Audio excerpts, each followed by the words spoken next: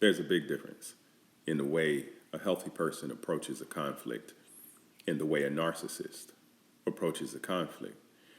And that difference is the reason that your relationship with the narcissist was always doomed to fail.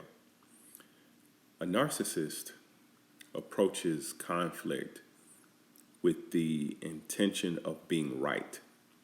They need to be right. Being right is what protects their fragile, fragmented ego. Being right is the only thing that protects their fantasy world. And they need that fantasy world because they need to be able to bend, twist, contort, and distort reality and make it whatever they need to make it in order to feel good about themselves. Because they refuse to put themselves on trial. They refuse to be introspective and examine themselves.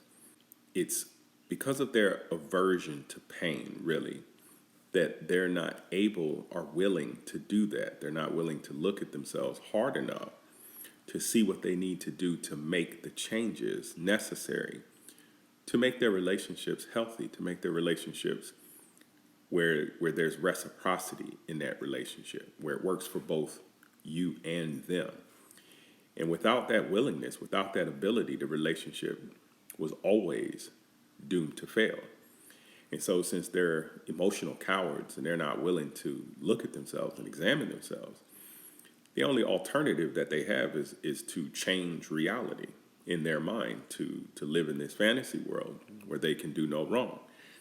And it's that insistence on being right and dismissing your reality, minimizing your truth, and making you feel like you're the crazy one.